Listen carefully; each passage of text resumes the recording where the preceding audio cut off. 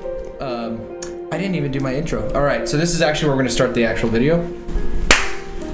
Good morning, good afternoon, good evening, everyone, and welcome to the Bunker Buddies podcast, and we'll talk about cryptids, conspiracies, mysteries, murders, and much, much more. I'm one of your co-hosts, Blackout, Brannon. I'm your other co-host, JD. And let's go ahead and talk about today's topic. We're going to be talking about the assassination of MLK today. Yeah, and it's going to be super exciting. You know, before we dive in, make sure to grab your drink, get comfortable. Today, we got our own bop. It is the Cayman Jack Margarita. I have not had this.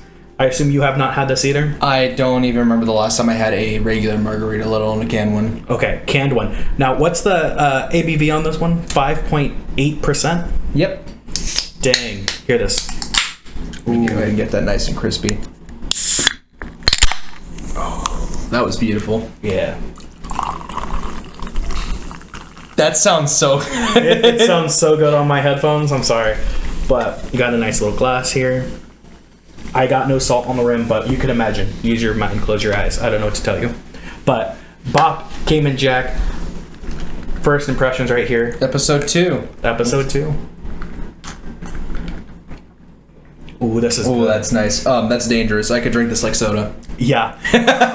Oh, shit. All right. All right. So, talking about who killed Martin Luther King Jr. Okay, so what was, before you started like learning about the conspiracy of this, what was your knowledge of the assassination of MLK? My assassination knowledge of MLK was that James Earl Ray, all right, killed MLK in Memphis, Tennessee. Mm-hmm. And he pled guilty and then like retracted that like right away. And that was my knowledge. At least that's what we were taught in school. What about you? My knowledge of MLK's assassination was that he was assassinated. Oh, okay. So yeah, it was basically zero. So I came in here with zero, like whenever I first watched a video a month or so back about the assassination of MLK, I went in there with a fresh mind. Like, I had no idea what the preconceptions were or anything like that. So I was pretty much fresh to this. Okay, because we're kind of coming in this fresh. I assume that there's some people in the American public education system are as well. Mm-hmm. So I'm going to first dive into the history. We're going to go through history and some facts leading up to the death of MLK, okay? All right. So MLK was born in 1929 in Atlanta, Georgia. We're going to jump a couple years now. It's 1944. King then begins his freshman year at Morehouse College. This is one of many colleges that he's going to attend because, if you did not know, spoilers alert, MLK actually gets a doctorate. So, Dr. King. Dr. King. 1946, the Atlanta Constitution publishes King's letter to the editor about blacks, and the quote is, are entitled to the basic human rights and opportunities of the American citizen. So this is his first step towards civil rights. He's still not about that. That's not his goal. At this point in his life, his only goal is to be a religious leader. Is that correct? Where he just wants to be a reverend. He wants to be... Yes, his father and his father before him were reverends in the church, and that's kind of where he inspires to be. And that's what his name was based on, was a religious kind of maverick. Correct? Yes. The original Martin Luther King was a... he was the one that posted his grievances with the church and why he hated organized religion, correct? Yes. And this is a great point because in 1948, February 25th, MLK is ordained at his church. Later that year, in June, he receives his BA in sociology from Morehouse. In September of that year, he starts studying at this seminar in Chester, PA. All right. Another great little thing that's kind of branches off. Just wanted you to keep this in mind. Okay. But in this year, in December of 1948, James Earl Ray leaves the Army with a general discharge. This is the first time we've brought James Earl Ray up in this timeline. I just want to make this a... Now, wasn't his discharge a failure to adapt to military life? Is that correct? Yes. Okay. So, for those of you that don't know, that could be anything from, like, I quit because I can't take it anymore, or it could be just his COs are like, no, he's not a military person. But it could be anything from he had a family death and he he needed to go home and he needed to get out of the army. Yeah. It's a very broad, like, general separation. Like, it's not an honorable discharge, it's not dishonorable. We're just gonna discharge you. Yeah. 1951, between May 6th and 8th, MLK graduates with a BA of a divinity degree. He then begins grad studies at Boston University. Alrighty. So he's doing a little bit of traveling. 2 years later, in 1953, June 18th, he marries his love of his life, his wife, Marie Coretta Scott. 1954, September 1st, he begins to pastorate at Dexter Avenue Baptist Church in Montgomery, Alabama. Pastorate, is that the verb for doing pastor things? Yes. Okay. Yeah, so he goes back to Montgomery, Alabama, so he's back in Alabama now, and he starts doing that.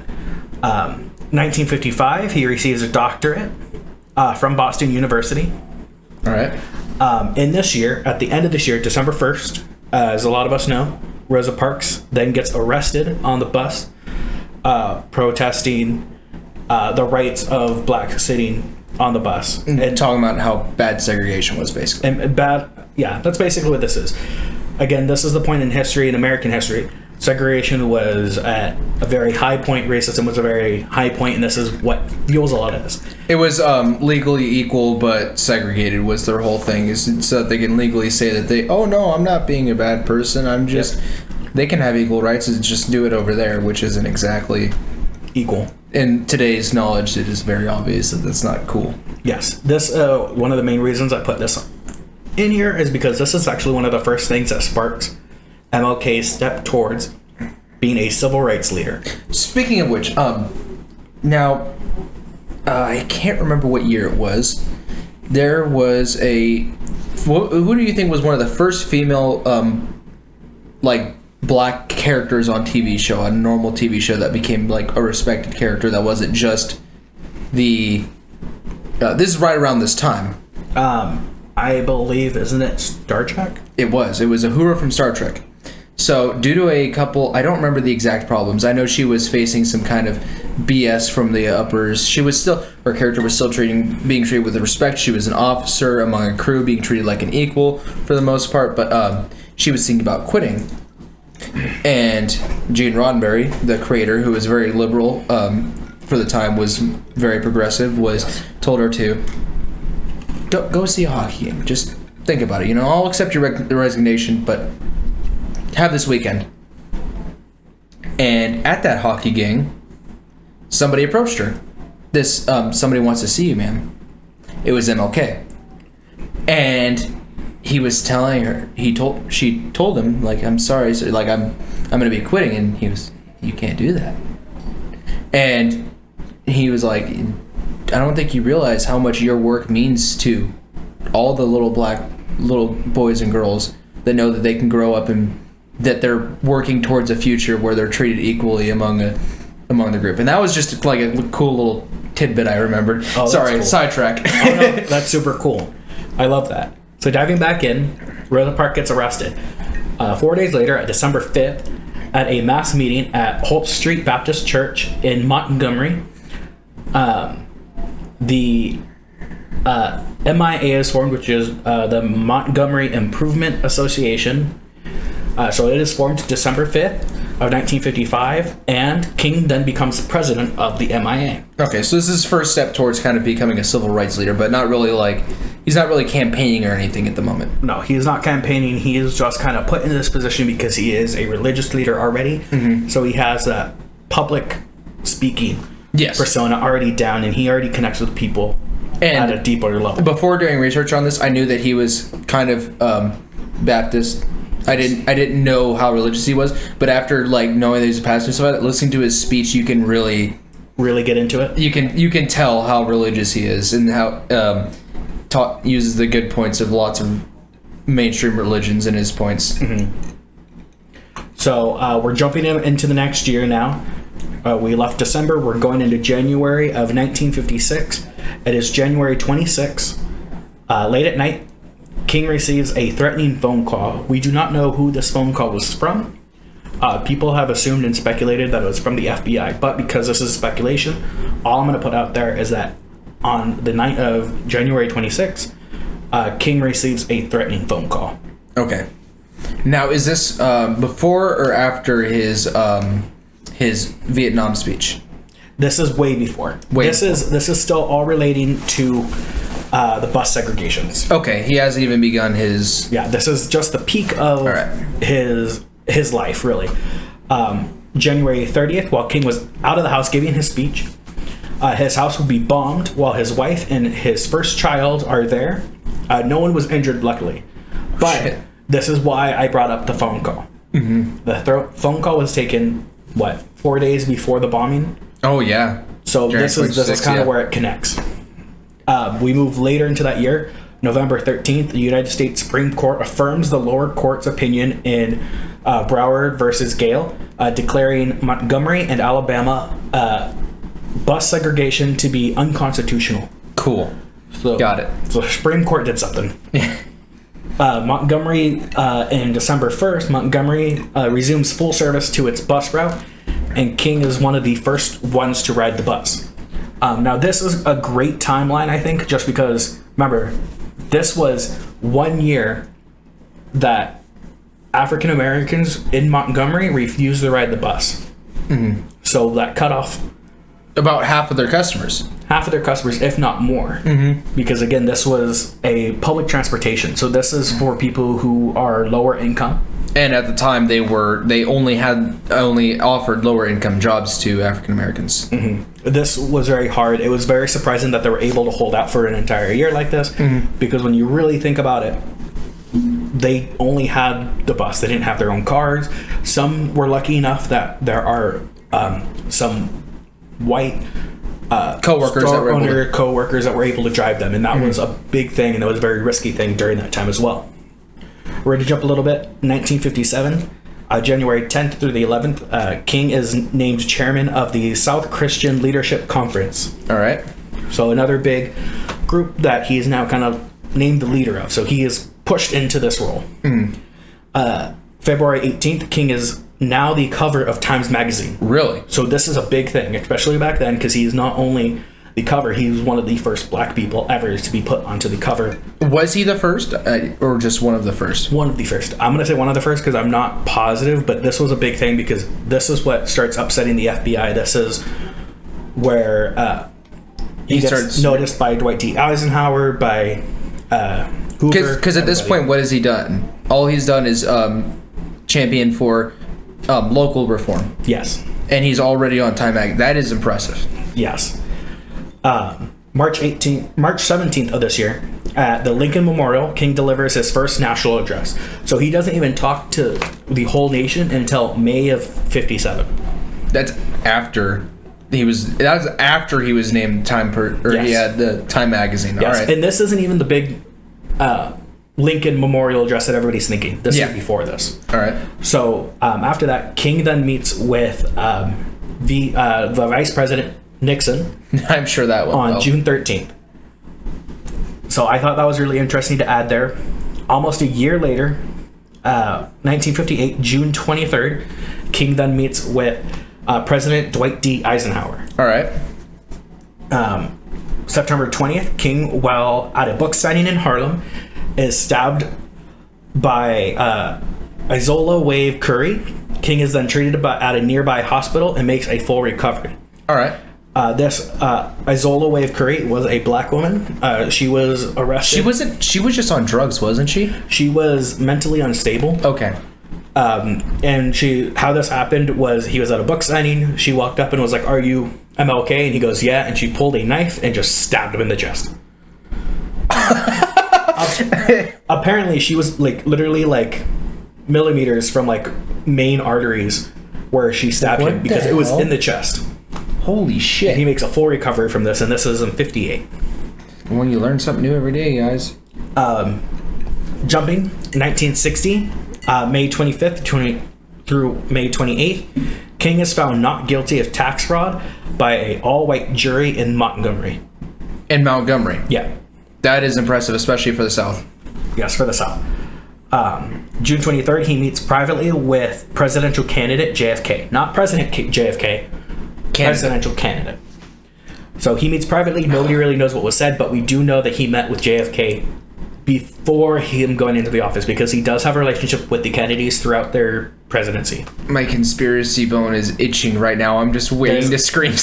There's a lot, and we can get into this later, and we can also bring this up again, because we will eventually talk about JFK.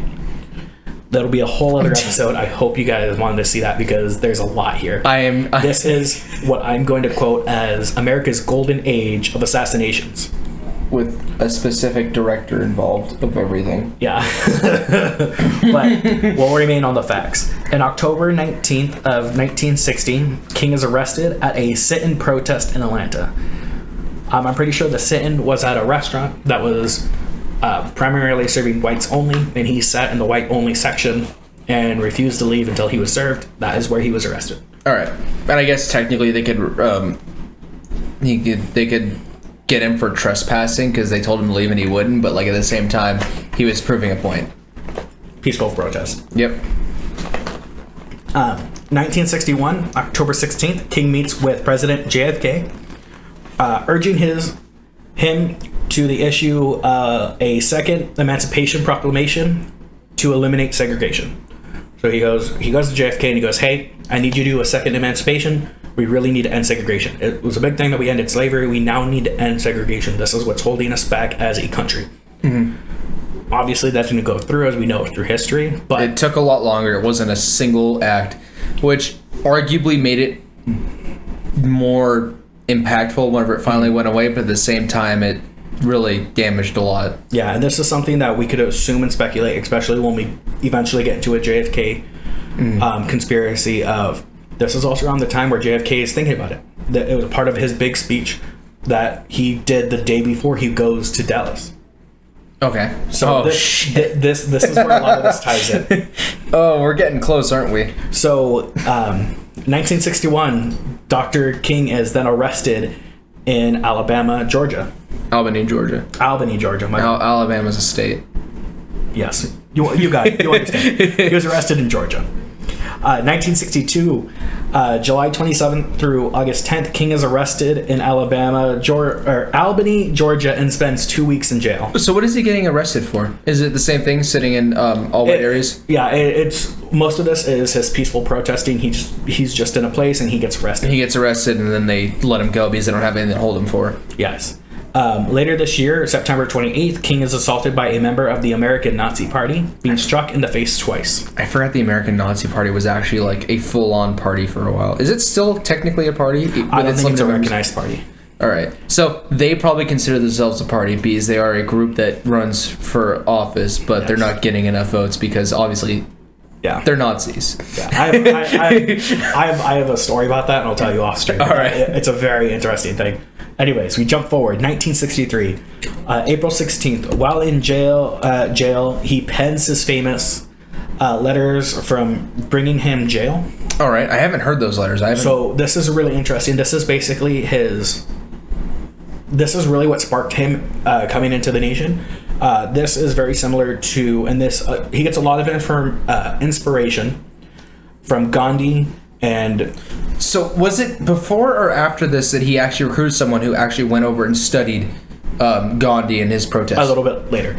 And we'll get there, because I know what you're talking about. We'll get there. And and what's really interesting is because he's inspired by Gandhi. Mandela is inspired by MLK. It's a very interesting, rounded world that we live in, but this is kind of where this is all inspired from. Leo has letters from jail. Peaceful non-compliance is a very, very good way to inspire change. All right. Sorry.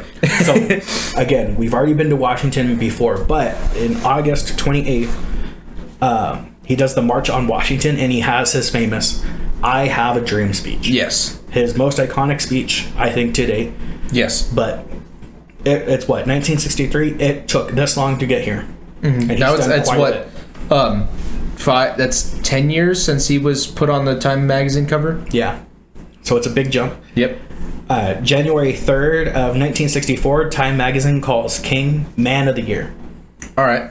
So he went from the cover to now he's being named Man of the Year. That's amazing. So a big step up. January 18th, President LBJ meets with MLK for possible support on the war effort. This is talking about Vietnam.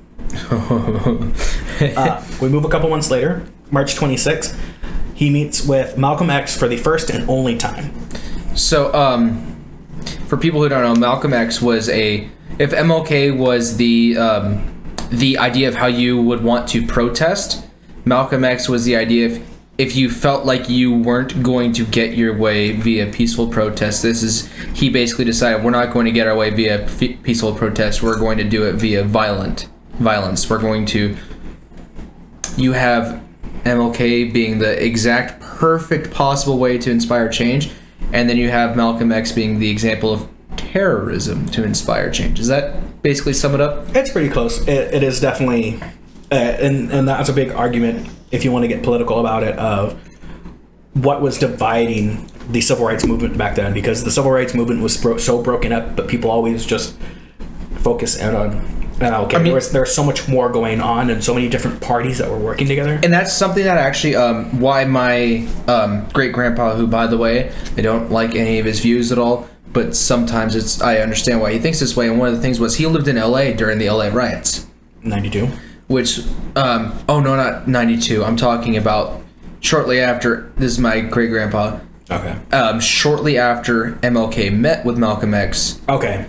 And so the correlation there, the misinformation there, his neighbor's house is getting burnt down, stuff like that. So he kind of correlated the two constantly. No matter how MLK presented himself, he never could break that link. Yeah. And so that's one of the things, like you said, that we look back now at the great parts of the civil rights movement, but you can understand why if you step back in the time, you can almost understand why people resisted it. Almost. Yeah, and it's also the media, that was what the media pushed as well. Yes. We're jumping back into 1964. June 11th, MLK was arrested for demanding service in an all-white restaurant. So again, this is another arrest of just him peacefully protesting. Mm-hmm. November 18th, Hoover denounces King as the most notorious liar in the country. So that is the FBI director, correct? Yes, the head of the FBI is saying that King is the most notorious liar in the country. He denounces him. He goes, no, we shouldn't be supporting him. A big word, and this is used throughout this era, when any black civil rights leader steps up, the FBI uses this term, and you can find it through a lot of different FBI files, through different media. They use a black messiah. And I think that term is very interesting because you can find Black Messiah linked to MLK as a Black Messiah, as Malcolm X as a Black Messiah. So was it a way to force a link even if there was none? Yes, and the Black Messiah was the FBI basically being like, if we continue to give this person a platform, people will think that they are the next upcoming, that they have such an influence. And it wasn't necessarily a religious influence, but just an influence of the people. Which is really interesting. Higher than the government. It's really interesting that the FBI, of course, the FBI thinks highly of the government because it is the government. But it's interesting if you think about it. Messiah doesn't have necessarily a negative connotation.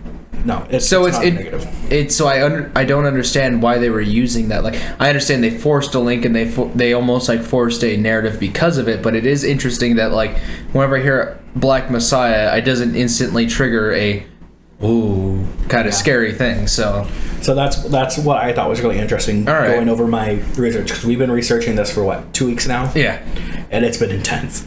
Okay, so November 18th. Hoover makes his denouncement of King, right? A couple days later, November 24th, a package that contains the letter and a tape recording allegedly of King's sexual involvement with other ladies was delivered to his wife, and then later to him himself, to MLK. To quote the letter that was arrived, it said, King, before you get into the exit of this, because that's like the last line, I believe the first line was something to the effect of, as a black man myself, I do not believe that in a very eloquent and beautifully but also awfully written thing, he basically called him a beast and told him that you are less than a man. Yes.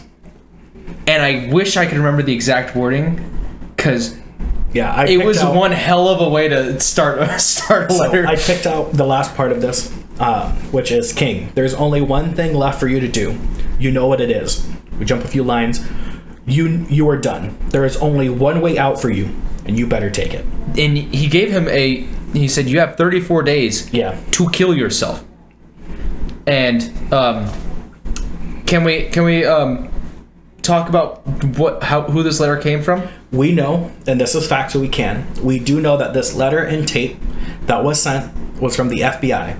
The tape did have recordings of MLK on it. However, it was illegally acquired because the FBI was wiretapping MLK as he traveled the country in different hotels. What I think is really interesting... Shit. No, you're good. What I think is really interesting about all this is that we do know that the FBI illegally tapped his phones. And they told MLK to kill himself. And we know that he told MLK to kill himself. And this is proven. What's really interesting is I found out that you can't find the tapes. Really?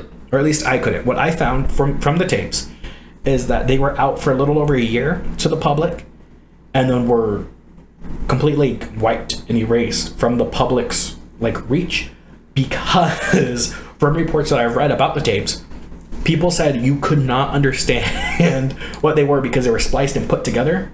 Oh, okay. It did not make sense. Cool. So they tried to edit it to make it as horrible as possible, on top of the fact it was illegally acquired and used in a note to tell him to kill himself. Yes. All right. Later that year, he then meets with Hoover at the Justice Department. So literally a couple days after this. So what was this meeting about? I don't know anything. So most of my research, by the way, was about the what happened after the assassination. I didn't do any research to the before. I didn't do any research into the history. So what was this meeting about? So this meeting was basically him meeting with Hoover to discuss what can we do to end the protesting, what can we do to end the riots,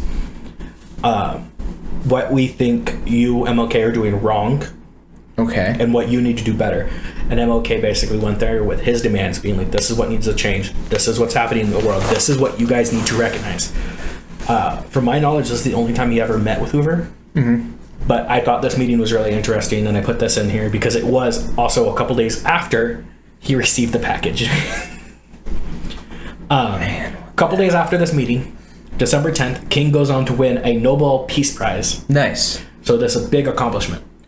We are now jumping 1965, March 7th, Salem to Montgomery March. This is the first march that took place, March 7th, 1965. Ooh, sorry. A little bit of gas. Yeah, margarita's coming. Organized locally. I'm not going to name them, but it was organized locally. But this is known as the day of Bloody Sunday. In U.S. history. Bloody Sunday, if you Google it, you're probably going to pull up the some British Irish history or the Irish history or the song, you know. Yeah. When I think Bloody Sunday, I think it's 72 in Northern Ireland where British soldiers opened up. But that's completely... That's another story. Our Bloody Sunday here in the U.S. was during the Civil Rights Movement. This is where state troopers and county postmen attacked the unarmed marchers with billy clubs and tear gas after they passed over the county line. So this was a huge event.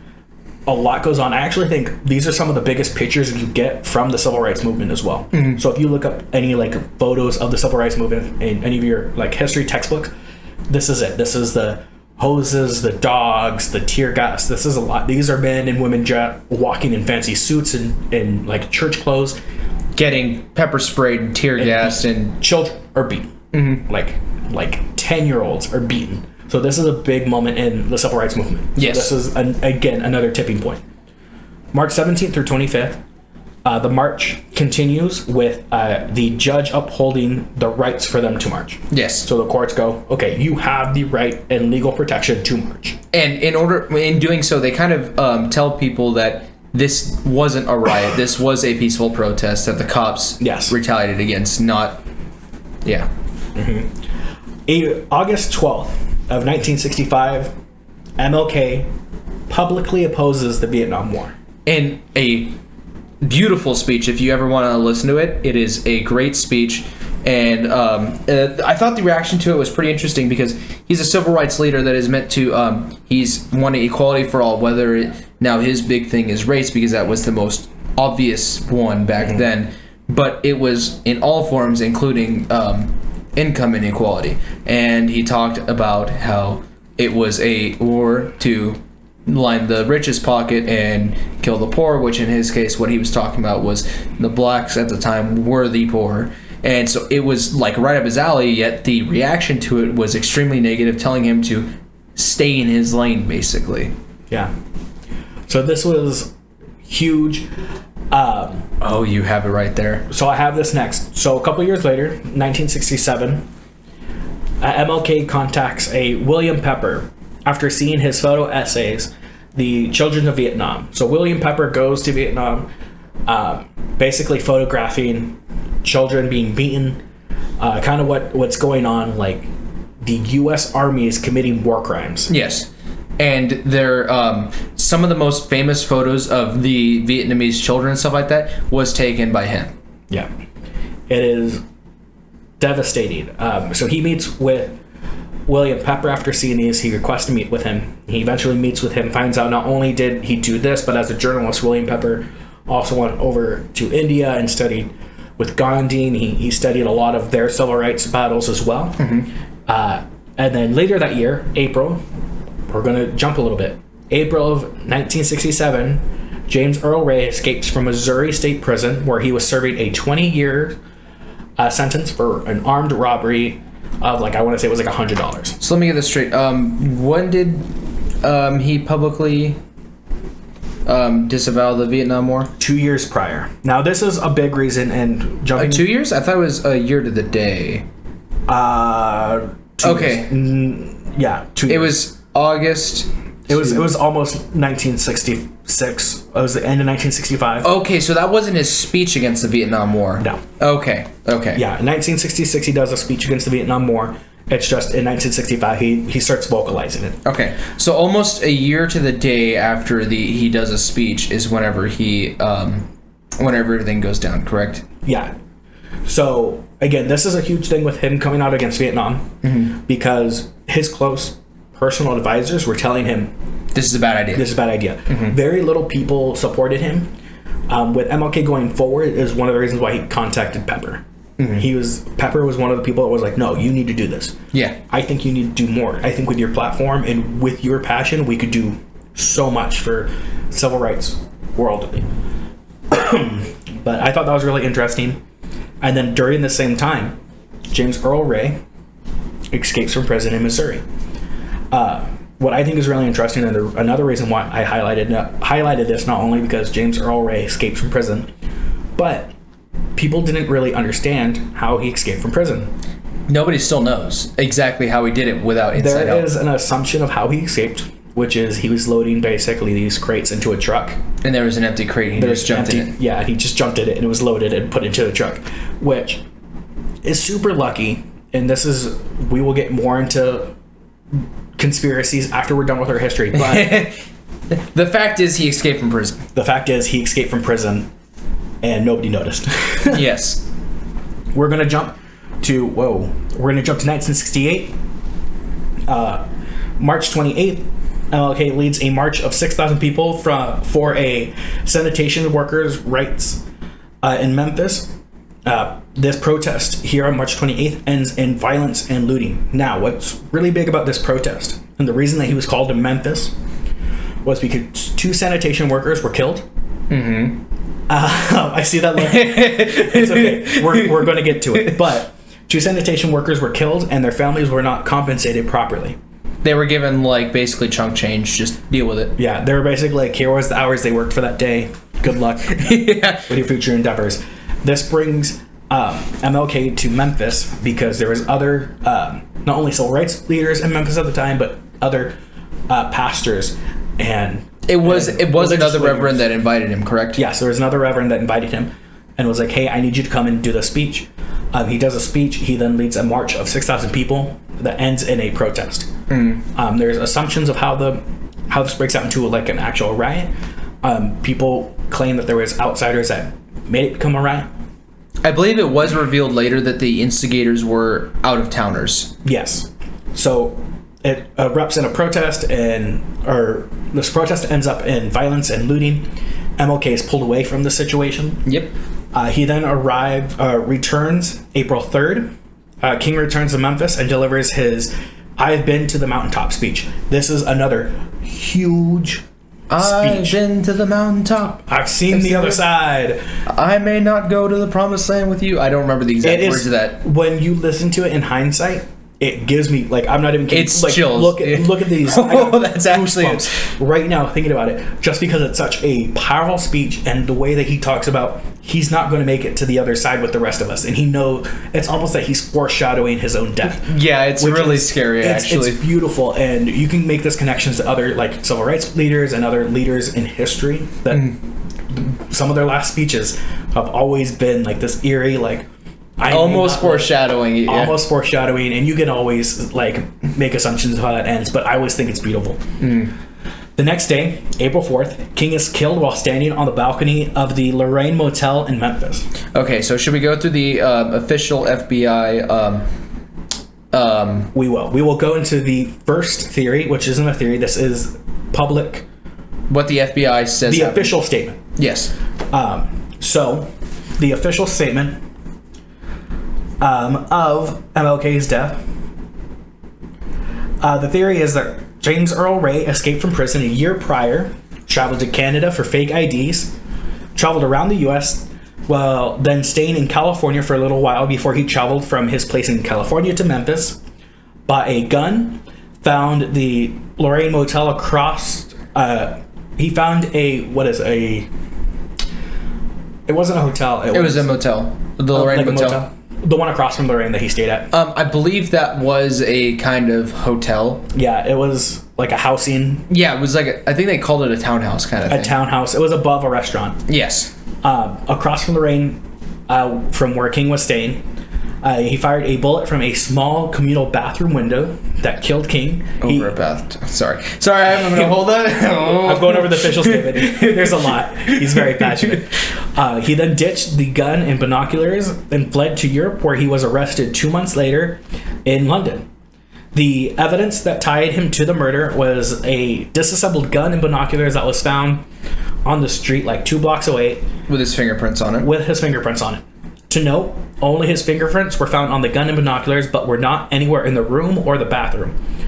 Don't worry, I have a whole thing about just the little red flags here and there. So to this day, for fact, there is no forensic proof to match the bullet to that exact gun. The only evidence they have is that it came out of a .30 caliber weapon, which, by the way, doesn't even mean 30-06. It could mean 30-30. It could mean 308. It could mean 300 Win Mag. Mm-hmm. So that's kind of what really happens. Some more facts going into this is that his first lawyer team was hired. It was a father-son, correct? Yes, it was a father-son team. I think I have their names wrong on this one, but it was the team of Art Haynes and Art Haynes Jr. It was the Haynes and Haynes. Haynes and Haynes, who spent 4 months building his case and had a strong enough evidence to clear James that they turned down a guilty plea deal that was sent to them by prosecution. So basically, it was a very generous guilty plea, if I remember correctly. Yeah, like compared to the 90-some years that he was then sentenced later. But Haynes and Haynes basically was like, no, we're not going to do that. We have enough evidence that proves he's innocent. We did all this months of research. James was, what Haynes and Haynes believed was that James was an unwilling participant in the ploy divided by a mystery man named Raul. Raul was a man that James Earl Ray said that he met in Canada and was doing business with. Mm-hmm. James then revealed, prior to the case, to bring on a new lawyer, Percy Eugene Foreman from Texas. So how this came about is he invited himself in like a week before. Mr. Foreman invited himself in from Texas and spent a weekend with James Earl Ray in his prison cell. Mm-hmm. After this weekend, James Earl Ray handwrites a letter and sends it to Haynes and Haynes, basically being like, hey, thank you for all your work, but I'm picking a new lawyer or a new attorney. This attorney then meets with Haynes and Haynes. Yep. Goes out to a nice steak dinner, and all he does during this meeting is talk about how great of a lawyer he is. Doesn't want any of the research that they did. Nope. Didn't want any of that. He was like, nope, I got this. I'm such a great lawyer. I'm going to get him off. Mm-hmm. I have such a great record. My source for a lot of this is from the MLK tapes. So we know that Percy traveled from Texas to go spend a weekend with James. He goes and gets rid of his current team. Percy, prior to the case, met with the father and son team to review the evidence. Again, he just talked about how great of a lawyer he was. He promises James had received from Percy that he would be able to get him off without going back to prison.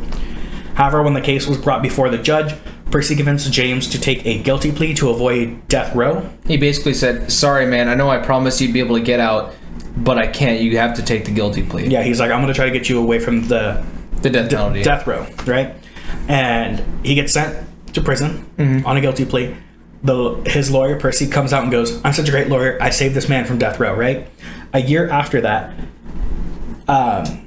he's then going around saying, Percy Forming is going around then saying, dude, he's guilty. James is crazy. Like, I should have never He's a crazy KKK member. He's a racist piece of shit who hates everybody. He just wants attention like Lee Harvey Oswald and everybody else. Immediately after this, James Earl Ray then begins to overturn the guilty plea, leading many Americans to believe that James was changing his story. But actually, in truth, from day one, James Earl Ray kept with the fact that he was innocent. From day one to the day he died, he always said that he was innocent. And if you listen to how he did his guilty plea, which is barely audible in the tapes, he does say, I guess legally I am. So we're going to go ahead and get into the conspiracy. And before I say anything, I'm a great swimmer. I've lived around a river and a lake my entire life. I'm going to unplug this for a second. Nah, you go. I'm not even sure if this will fit. I want to put it on like that. Hopefully y'all can see I got a new conspiracy helmet on, but this is all satire. We are joking. We are great. I'm taking this. This is a great point that one of the YouTubers I watch. I'm gonna go ahead and shout him out, Wendigoon. He's an amazing YouTuber. You should watch him. I'm a great swimmer. I've lived around a river my entire life. I love my life. I have an amazing future ahead of me. I do not want to unalive myself. I do not look like a wild animal. That being said, the FBI fucking killed him. The FBI killed him, and the FBI fucking did. Yeah. I'm so glad we got to this point. They did it. They fucking killed him. All right, I'm going to take this off because it keeps sliding. I don't want you guys to hear the tinfoil, but all right. Imagine I have it on. All right. This is what happened. So we go into the second conspiracy that we want to get into is what I think... So in the first one, let's go back to the first one really quick. So for the first one, on believability, 1 to 10, how believable is the story? Okay.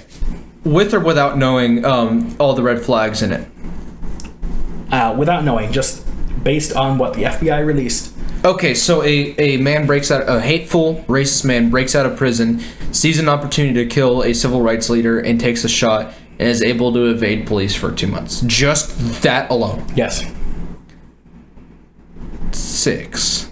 I would agree. I would say that's like a 6, 6.5. The more facts you learn, though... The more facts it learns, it does definitely go down. We're going to go into the second conspiracy.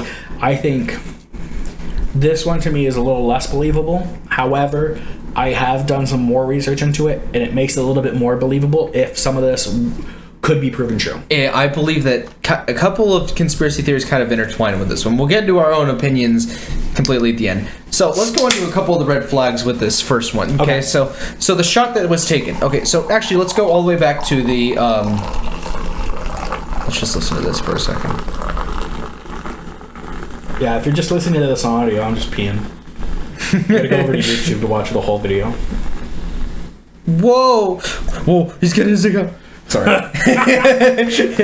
Alright, so his prison break. Let's start from there. Red flag with there. Very, very convenient. And James Earl Ray admitted several times during many interviews that he had help and will refuse to name the people that helped him escape. Yes. The other thing that I also want to point out during this is that not only his friends, but his family and Pepper and his other 2 attorneys that he had have all said he is not a smart man. I believe his first lawyers said, "I need to be very careful with my words, but he's not the brightest crayon on the box." Yes. So before an example of this, before he even gets his trial, while they're doing the 4 months of research, they go to the judge and go, "Hey, you're leaving the lights in his cell on 24 hours a day. 24 hours a day, so he can't sleep. It's driving him crazy." And they go, "Okay, let's see what James Earl Ray has to say. Put him on the stand." And the judge goes, "Hey, are the lights on 24/7 in your cell?" And he goes, "Yes." And he goes, "How does that make you feel?" And he goes, don't bother me one bit. He's so stupid. He complains to his lawyer. He's like, "This is like bugging me. Like I can't sleep."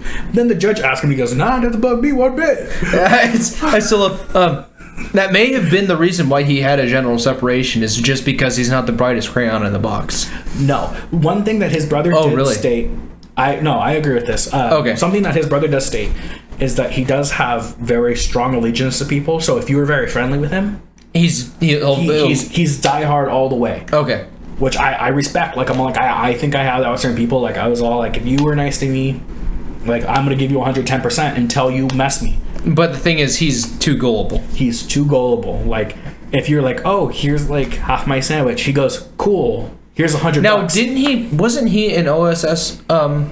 Didn't he participate in OSS during World War II? Yes. Before it became the CIA, and he told his brother that we're gonna cover MK Ultra in another video. Trust me. But he told his brother. I love how you knew where I was going. Yeah. He told his brother that he doesn't want to talk about a lot of it, and that they would pump him with drugs and do things to his mind. Yes. Okay, so that's the background, and then so that's just the background leading up to this. And from all accounts, he was not a hateful person, just a stupid one. Yes. All of his crimes were petty crimes. He would steal $100 from a grocery store. In fact, the one that put him in prison for 20 years was after his 5th robbery. Yeah. And the other thing is it was armed robbery, but he never fired his gun. Nope, not once. Not even into the air to scare anybody or anything like that. He wasn't a great criminal, and he got caught every single time. And I'm not saying that this proves that he's not racist either, but did you know that he had a black girlfriend? Yes. A very long-term black girlfriend. Yeah, I think that was his longest-term relationship, correct? Yeah, I believe that was right before he went to prison for the first time. Now, I don't know, maybe the way they broke up did make him racist. I don't know, so we'll just have to speculate that. You can make that speculation. I mean, we can also, from facts, speculate that he was not a violent person, nor was he a criminal prior to going into the military. Yes, it was immediately after he got out of the military that he started criminal behavior. Yeah. And, so we got all those background red flags out of the way. That doesn't Before quite we back get up. into our second possible story, we want to cast doubt of the shop owner. No, this is a whole other thing. Sorry. Okay, so we're going to go ahead and cast doubt on the previous story. So let's go over the red flags. So first we got the prison break was completely out of the way.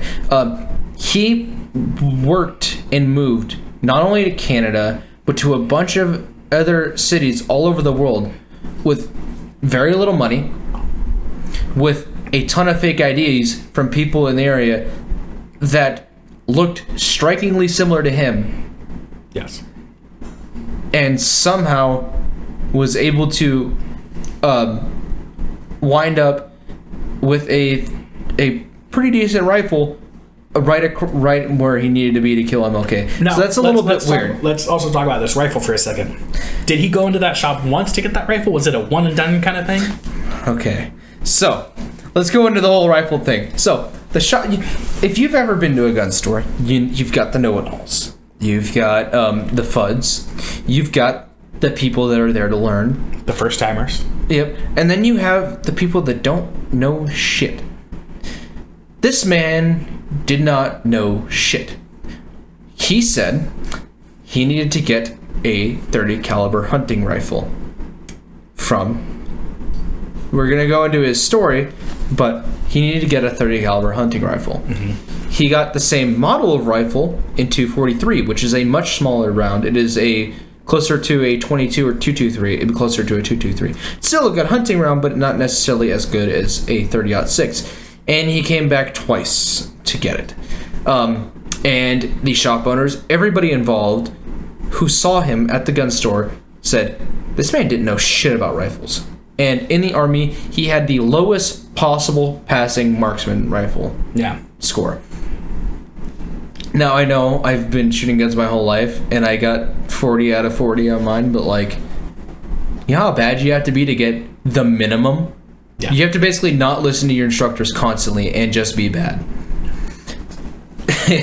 So, a little bit weird that he would... Why would he, if he was going to get this rifle just to kill MLK, because he found out he was going to be in the same area as MLK at the time, why didn't he just stick with that first rifle? It would have done the job regardless. It's a 243. It's still a hunting round. There's no reason to assume it wouldn't work. All right. So we get to the shot. Okay. We talked about the fact that there's no fingerprints in the room where he was supposedly staying overnight. We already said that.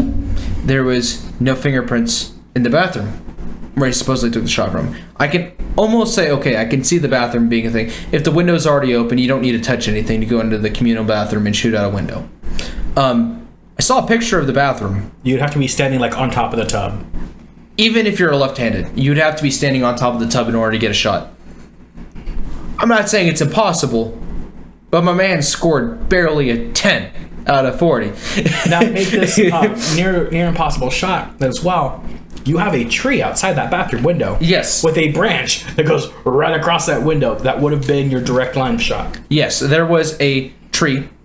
The first detective on scene, I wrote his name down. Okay, so I'm going to go just a few red flags before we get into the second possible story. First, to cast down the shop owners. No. Yeah, the shop owner. So, okay. Jumping really quick. The shop owner that found the bag, so we talk about the gun and the binoculars full of clothes. Yes. That was found that linked James Earl Ray to the scene. Yes. So that was dropped in front of a store. That shop owner said before the gunshot rang out, someone walked up, dropped the bag in front of his store, and walked away. Yes. That was minutes before the gunshots were fired. Yeah, not just a couple seconds. And the first detective on the scene, Captain Tommy Smith, says there was a huge tree branch in between the supposed shooter and MLK. In interview of what did I say there? I'm an idiot.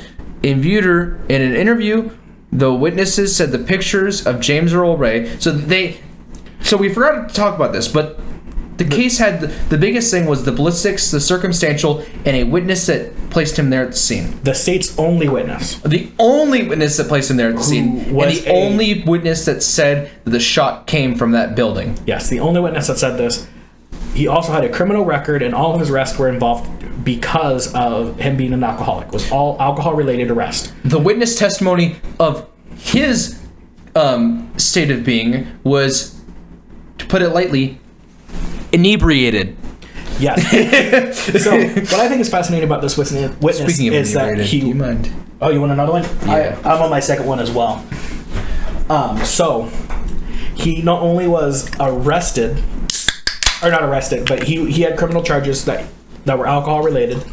He was drunk the day of the shooting as well. Plastered, and inebriated. admitted that he was been drinking that day prior to seeing James Earl Ray out in the lobby.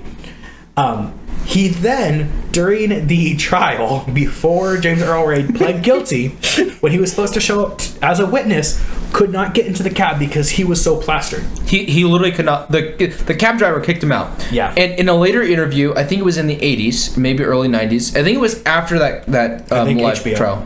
Yeah, after that HBO trial. So it was in the early 90s. They asked the witness, and they had a very good sketch of James Earl Ray, and they go, and so who is this man? And so you saw this man there? And he goes, who's that? And they go, the shooter. And he goes, oh, that ain't him. Nah, first of all, he's a little too fat in the face. His nose is too wide, and he's too short. And they go, that's not him. And they go, not from my knowledge. Like, Well, shit. And so this man didn't even come forward until after a bounty was placed out that says, hey, we're giving $500,000 to anyone who can, or it was some crazy amount of money for anybody who can put forth information placing James Earl Ray at the scene. And this drunk guy, this drunk homeless guy goes, I saw James there. Yeah, James boy, I saw him there. He got his payday. Yeah, and there was two people that were watching MLK when he dropped. I think this is interesting because both of them say that the shot came from the bushes outside of the window. And what is also interesting about this is they also say that when Dr. King was shot, he didn't fall back, he went up and back, which suggests the bullet came from a downward trajectory. Yes, now it suggests that that's not 100% because, the body does weird things whenever it gets shot, especially in the brain, but it could have been a jerk reaction of him going back up with the force. But it is very interesting to note that the people who saw him get shot said that he went up and back and not back. Yes, they said that it was they couldn't see that it was possible that he got shot from that bathroom window. I did not write his name down, and this is my fault. But have you seen the picture of the moment that he gets shot? Yes. Where there is a man kneeling beside him? Yes, who, by the way, was revealed later to be a CIA operative placed there to get information on MLK's doings. Yes. Not at all weird. Everybody's looking for the shooter, and this man is crouched over top of MLK a split second after he gets shot. He's also the one who confirms that he still has a pulse. Yes. Because he did not die on scene. He actually dies in the hospital, which is a whole other conspiracy. Yeah, okay, so let's go ahead and let's go into the conspiracy that Lloyd Jowers, that was the name of the restaurant owner. Yes. Okay. So you probably know more about this specific, what he saw. Yes. Okay. So Lloyd Jowers is the restaurant owner of Jim's Grill, which is, as we told you, underneath the motel that James Earl Wait a minute, I'm not done picking apart the FBI's case yet. Okay. So we already talked about the witness, which was one of the key points. So they had witness, they had circumstantial evidence, which we have already proven, casted doubt on because somebody appeared to place that circumstantial evidence minutes before the shooting. And the third thing is the ballistics. The ballistics showed a .30 caliber round, which there is a lot of .30 caliber rounds, as I have already said. And this gun found on the street with his fingerprints that he bought is a .30 caliber gun. And it also had the casing inside the rifle. He did not extract the casing from the gun. Yes, which it's a pump. So, just a weird thing. Pump action hunting rifles is a little bit weird. It is. Now, granted, this is the 50s, so I don't know what was normal back then. So, anyways, continuing on. The FBI, every forensic scientist that looked at this round said that it had a rifling rate of 11 3/4. That is a very so for those of you who don't know, if you look down the barrel of a rifle, and I kind of wish I brought my rifle with me so I could point at the camera, but it does have a twist in there, a groove, which is meant to get the get the bullet spinning a little bit to keep it the same way. Whenever a quarterback throws a football, it spins to keep it along a trajectory. And so for every inch it moved forward, it moved 11 3/4. I think that's how it's described. 11 3/4 degrees. Okay. Or maybe it moved one full rotation every 11 3/4 inches. I think that's how it's described. Yeah. I don't know how the measurement works, but that's a very oddly specific number. It's a custom number. It is not manufactured. And to let you guys know that people that debate online of this is better about real life rounds nowadays with all the technology we have still settle with whole increments with 10 inches, 11 inches, stuff like that. They don't use 11 3/4. James Earl Ray's round, the gun that he had was a stock gun with a manufacturer defect that actually caused a severe scratch in the bullet, and it had a rifling rate of 10 inches. Literally impossible for that round to be fired out of his gun. Quite literally impossible for it to change its rifling. It just doesn't work that way. Yeah. It's just crazy of how that worked. And the fact that forensic, like how the FBI released that statement, it sounded like that it matched the gun. Did it or did it not? And how the FBI, and you can still go today, and it says that it matched. And other big things that pop with this is that the coroner and the officer that was on site during the autopsy of MLK, when they removed the bullet, it was in one piece. But if you go to the FBI's website and you look at this and any information the FBI has released, the bullet is in 3 pieces. Yes, the first detective working the case said he was able to feel the bullet rolling around inside of MLK's skin. Yeah. And said he was thankful they had a whole bullet to work with. Yep. Yeah, so I think that's very interesting. Yeah. And we'll get more into the bullets because there's other things that come up with the bullets and the gun in general. So I think it's very interesting. If you can't tell by my online persona, I know a little bit about firearms. I'm planning on going to college for that kind of stuff. Just a little bit. So let's hop into our second one. Lloyd Jowers is the restaurant owner of Jim's Grill, which we talked about how James Earl Ray stayed in this room. Underneath it was Jim's Grill. So after 25 years after the assassination, he goes on to claim responsibility for the murder of MLK. Jim's Grill is a restaurant in Memphis. We kind of go over that. From the back of Jim's Grill, you have clear viewpoint of the balcony MLK was standing on. Lloyd claims he was not the one to pull the trigger, but he has knowledge of who pulled the trigger and would like to exchange that information for immunity for himself.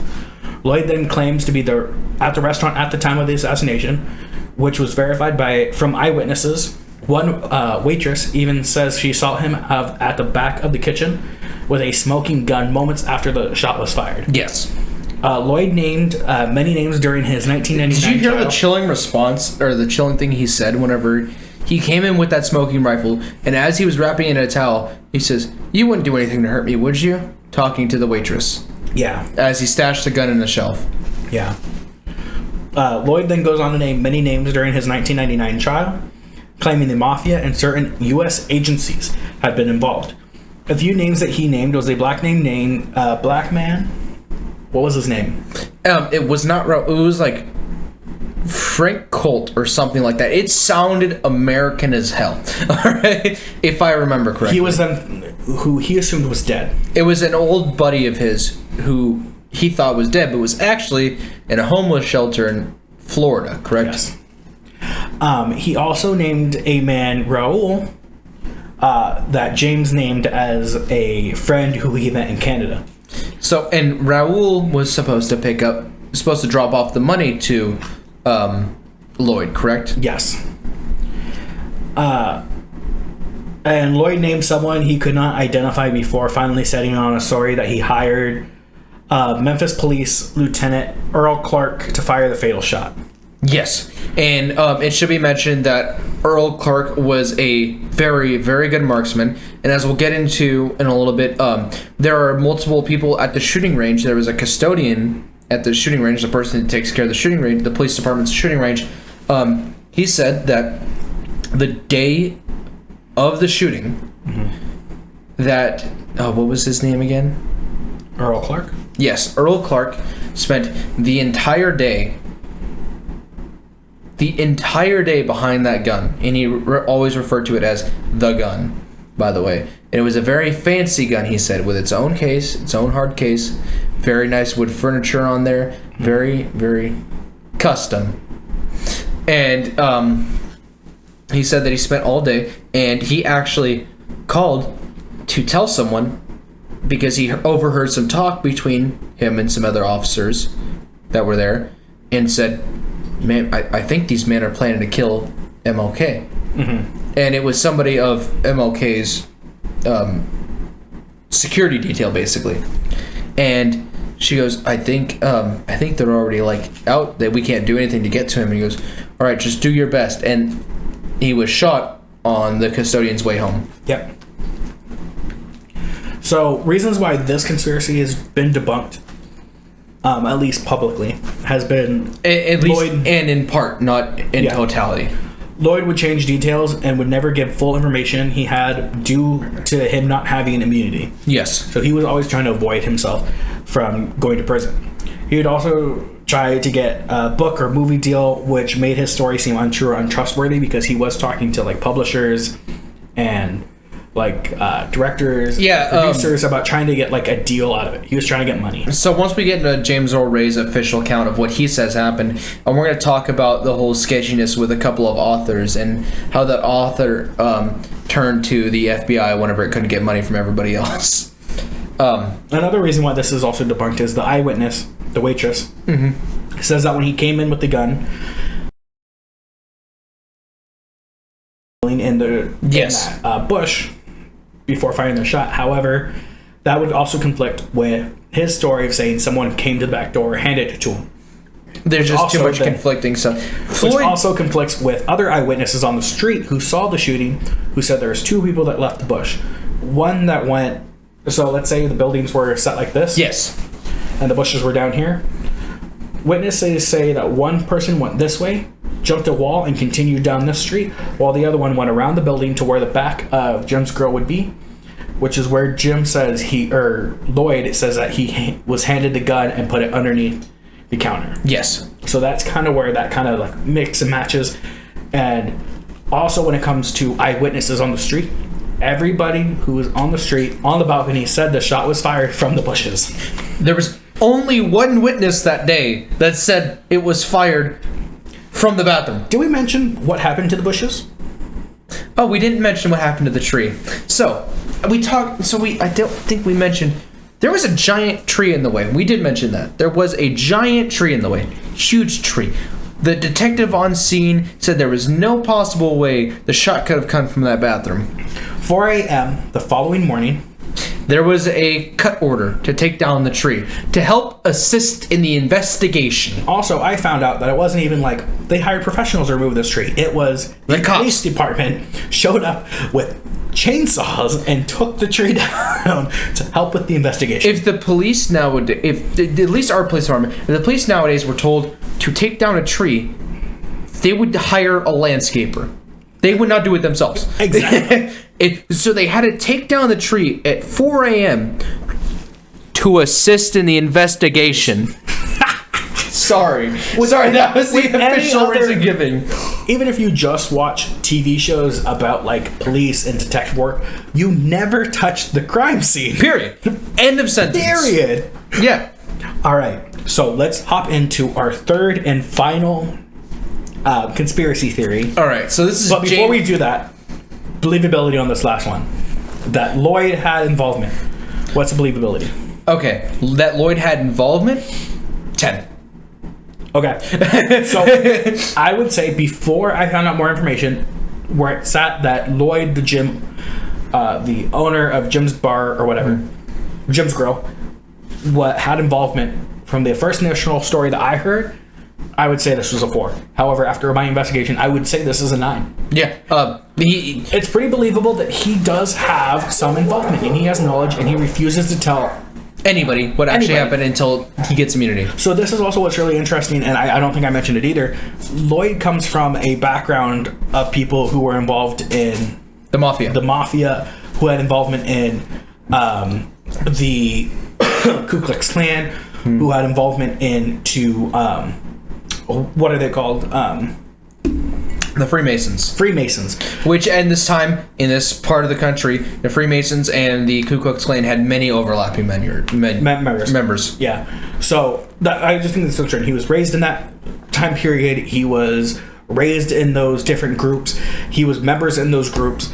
His father was highly ranked members in those groups. Yes. And he, again... Wasn't his father the highest ranking member possible? Yes. He heard... So... Hold on. Before we go into the conspiracy, I want to talk a little bit more. We're gonna keep talking about Lloyd because he does have more information that we didn't talk about. So, and I'm sorry, I should have mentioned this sooner, but now that we're talking about Lloyd's past, I really want to get into the fact that Lloyd actually gets information during the trial about what brought MLK to Memphis in the first place. Oh, so, this is the first part that I was like... Let's go back to the sanitation workers. Okay. I'm sorry. Again, we've been drinking. I finished 3. I'm 3 down at 5.8. Thank you for watching. So, we are going to go back a little bit. What brought MLK to Memphis was the two sanitation workers dying, correct? So let's roll back the timeline on his story. Yes. So we talked about the story from the official point of view. Yes. A malfunction killed those two sanitation workers because they were not allowed to stay at the sanitation facility and get paid. This is 1968. It is raining, and while the white workers were allowed to stay and get paid while they waited for the bus, the black workers could not stay and get paid. They had to go outside. And so they used the dump trucks that they drove around to sit and wait for the rain to go away. Nice. Thank you. And a malfunction, quote unquote, killed them. The KKK and the Freemasons and the FBI probably had a hand in that. Sorry. They probably killed Lloyd them. actually talks, and what I think is really interesting, Lloyd attended meetings where he served coffee and stuff, so he was always in the room where these big higher ups of these... They literally forgot he was a person because he was just always there since he was a kid. He was a kid and he was a member of these groups. So he actually heard of the plot for this. Damn, what did we say about one each? What was that? Yeah, before this started, I said one each because it's 5.8. But we're here, we're a little over an hour in. To be honest, I forgot to hit record, so I'm going to need the video audio. But it's okay. Episode number 2, we are good to go. But because Lloyd was in these meetings and he had this knowledge of these higher-ups talking, what I think is really interesting is he actually gives names about who he assumed pulled the handle to kill the two men. Because there were talks about doing this to bring MLK to Memphis. Because they knew that if they had enough spark, they could bring MLK to Memphis. And so one of the things they said was that he said the plans to how they're going to kill MLK went from like, oh, this is how he would do it, to, all right, you have to make sure you kill a couple of people this weekend. Like, it turned into from hypothetical to, this is your job this weekend, this is your job next week, and so on and so forth. He noticed a turn. Whenever he was a kid, he heard the story about how they were going to kill MLK for a while, but once he got older, it turned into, this is what we need to do to bring him to Memphis. Yeah, it became more of a hypothetical to a, here is an agenda. Yeah. So he named somebody, I don't know what the name he gave, but he gave 2 possible names of who actually turned on the truck. Yeah, I actually heard the recording of him saying, it was either this guy or this guy. Like, he said it very casually. Yeah. So I think that's very interesting to know is that he did have ties, and he did mention these people who had ties to the Ku Klux Klan, to the Mafia, to the Freemasons. And I know the big one is the Ku Klux Klan. Everybody talks about the Klan. What I think is very interesting is the Freemasons. Mm-hmm. And for the reason that the Masons are very active. I forgot the motive. State. The motive for James Earl Ray was that he was supposed to collect a bounty from the KKK, right? Yes, that was the other part that the FBI tried to push. The KKK members that supposedly put out the bounty were murdered a month prior. Yes. They were found on the side of the road dead. Anyways. Also fun. But Lloyd wasn't giving us all the information. He gave kind of names, and the only reason he gave names is because we gave him names to say. Yeah. They're like, what about this person and this person? To the point where he was like, okay, they already know about this person, I'm going to say their name. But he would never give out a free name without something. He was trying to get the immunity. He was trying to get a paycheck. He didn't give the shooter's name until, like the 4th time they asked him. Yeah. And it wasn't on an interview, too, that he finally said it on live television? Yeah. I want to say it was the 1899 trial. No, because he didn't say it in the 1899 trial. That was 1999. The 1999. They were actually very, very pissed that he shut himself down during that trial. Oh, okay. That's right. So, let's jump and get into the last conspiracy theory, which I think is where we kind of land. Mm-hmm. Right? So, the last conspiracy theory that we have is that the FBI, the CIA, the government did it. The FBI fucking killed MLK. So we're going to talk about this a lot more. So again, we talked about the red flags, the tree being dug up, information that Lloyd gave us about bounties, his ties with the Mafia, with the KKK, with the Freemasons.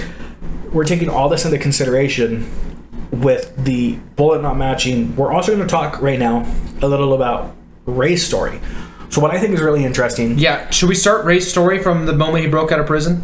So we're going to start with his arrest in London, which is 1968. So he gets arrested 2 months later. Okay. Immediately after he gets arrested, he contacts Haynes and Haynes Jr. And he's using a fake identity, whatever he calls him, correct? Yes, he gets caught with a fake identity, but someone recognizes his picture. Like one of the British officers recognizes. No, I mean like whenever he sends a letter, doesn't he use a fake name? Yes, he uses a fake name. And he reaches out and goes, "Hey, I really need your help." They go, yeah, you know what? This is something that we really want to do. Haynes Jr., who is the son, just got out of law school. This is one of his first cases. This was one of his first cases. He was super excited. He's like, let's do it. I think it was his 5th case, and he just won 4 in a row. Yeah, he was very excited. He really want this. Looking at the information, he was like, none of this makes sense. I really want to know his story. I said, all the information was circumstantial, and the FBI knew how shaky the grounds of the ballistics were. Mm-hmm. So again, this lawyer team goes and they do this months of investigation, build this relationship with Ray. Ray turns over to a different attorney team. What I think is also very funny is the day that they were supposed to get ready for the trial, because it was literally, I want to say the next day or whatever. They were bringing in suits that Haynes Sr. had to kind of dress, because they were the same size. They were the same size, and he was trying to dress up James Earl Ray to wear. So they brought these suits in for him when they got the letter saying your service is no longer needed, right? And so now he has 2 sets of suits, and his son always used to refer to those suits that his dad wore as the James Earl Ray suits. I just thought that was really funny, and to the day that James Earl Ray or Haynes Sr. died, mm-hmm. is that they believed that he was innocent. From day one, they've always believed that he was innocent. Yes. And that Percy did not do him well at all. No. And we should talk that Percy, I'm not even really gonna get into how Percy operated, besides just saying he was known and he was tried for a year later for causing his the people he was representing to take a plea bargain and taking money from the opposing party. He took $50,000 from an opposing party. To make his party plead guilty, after having his party, his defendant, sign over everything he had in a contract, basically being like, I will give you my house, my car, which is basically what he did to James Earl Ray. Mm-hmm. He had James Earl Ray hand over the gun, hand over the car, hand over his clothes, anything he had, handed over to Percy. Percy then, before having James Earl Ray plead guilty, paid him $500. No one ever said for what, but we can only speculate that those $500 was basically to be don't cause a scene. Don't cause a scene. So he also coerced him to say that he was guilty by telling him, hey, if you were involved in the conspiracy, you're legally guilty by association, and if you deny it, unwilling or not, you're going to get the death penalty. Which is a blatant lie. And we're going to arrest your brother. Yeah. Which is a blatant lie, by the way. If you're an unwilling conspirator, and you have evidence to prove it, you will get a lesser sentence. Yeah. So James Earl Ray is then sent to prison. This is not legal advice. For 99 years. He's sent to 99 years in prison, right? He then starts working on a dismissal for his case. He wants a retrial. God. 3 judges wind up dead while trying to get him a retrial. 3 judges. During this process, he also reaches out to a William Pepper. We've mentioned Pepper. Pepper goes all the way back. He's met with MLK. He's actually very good friends with MLK. He was one of the people that told him and encouraged him to fight the Vietnam War. After MLK's assassination, he gives up his journalism and he goes and gets his degree and becomes a lawyer in New York. So he gets his lawyer degree from, I want to say it was Boston University. Something big, yeah. He gets his degree. He becomes a lawyer. He's a very well-known lawyer. He then focuses attention on James Earl Ray, and actually gets him a mock trial on HBO, which I think is super crazy. It's so which came first, the actual civil case or the mock trial? He did a mock trial on HBO because he could not get a civil case. He tried for a national case. He then tried for a civil case, and then he tried for an HBO. He did a mock trial with HBO, where he was William Pepper represented James Earl Ray. This with all the evidence that they gathered from Haynes and Haynes Jr., from other information that William Pepper was able to gather, from James Earl Ray's own testament, with a jury. Do not tell what the jury says yet. We still haven't gotten to James Earl Ray's full story, what he believes happens. Yes, so let's jump back into James Earl Ray. So James Earl Ray says that he was helped out of prison and he won't tell who did it. But his first trip was to Canada. He was provided fake identities by who he will not say. He met a man in a bar. A Hispanic male, is that correct? I believe it was like Cuban, Hispanic, something like that. Yes. Named Raul. Yes. And he was offered a job. I think it was basically drive stuff across the border, and I'll get you money to get out of here. He was very gullible, and he didn't ask questions, so he just kept doing it. Yeah, for I believe like a month or two or something like that. Yeah, about that. And then at one point, he realized Raul's not going to give me my money. So he tells Raul deals off, and Raul says, "All right, here's some money. Go to California, you know." And Raul meets him there, and he gives him more money to do more jobs. And then he does it again, and Raul's basically leading him around the country. And it gets to the point where he's... Now, correct me if I'm wrong. I know I'm missing some details here, but I'm not sure how much more in depth we need to go into that. Yeah, I mean, that's basically the gist of it, is that he does this work for Raul, who says he's financing him. There's also another person he says finances him, which is a man named Fat Boy. Fat Man. But I don't think he met with Fat Man very much until after the assassination. Is that correct? Yeah, I believe Fat Man's the one who financed him to go to Europe. Yes. So, all right. He meets with Raul. He does these jobs. At one point, it starts getting like dry. He doesn't get on many jobs, so he goes to California to become a dancer. Yeah, he took up acting lessons, right? Yeah, he goes to California to like follow the American dream and become like this movie star. Doesn't work out for him. He's struggling, and at this time, Raul reaches out again. Hey, I'm going to start selling to some Cubans. What I need you to do... Oh yeah, so this is a point where he goes, I need to sell 200 weapons to some Cuban militants. And I need a sample of what that weapon's going to be. And they're going to meet me in the southeastern United States, not the southwest, which is where he was at the time. So he goes over there and he buys in Memphis, yeah. A 243. And the man says this isn't the right rifle. Which, by the way, if you're a supposed buyer, okay? Yeah. I bring you a weapon. It's in 243. I say, hey, this is pretty much how the gun's going to operate, except it'll be in 30-06. Is that all right? You're pretty much going to be okay with it. You know, you can get a feel for it. But I also understand if you can make it perfect, you will. But he says this is the wrong gun. So he goes back to the gun store. Now, this is also because we have eyewitnesses from the gun store. That's like he goes back at a second time going, this isn't what I want. Yeah. Or this isn't what I was told to get. Yes, he admits that he was told to get something else. Yeah. So he goes over there, and so many of these Raul cases, all of his story matches up. They talk to witnesses at the dance clubs. They talk to witnesses at odd jobs that he worked outside of the illegal jobs. And everybody says that his story matches up, except nobody knows Raul. Nobody sees him. Nope. So it doesn't mean he doesn't exist. It's just that everything except for the suspicious person lines up. So after he gets the gun, he goes, hey, James Earl Ray, I need you to go and book this hotel room. Yes. He goes and gets the room in his name. He's like, I'm going to have the meeting up there. Stay in your white Mustang while I go and do this. Another thing to note is that at that hotel, there is 2 cars that have always been parked up front. There's always 2 different white Mustangs. Usually like a block. And Raul bought him that white Mustang too. Yes. Years before going to California, Raul does buy him the white Mustang.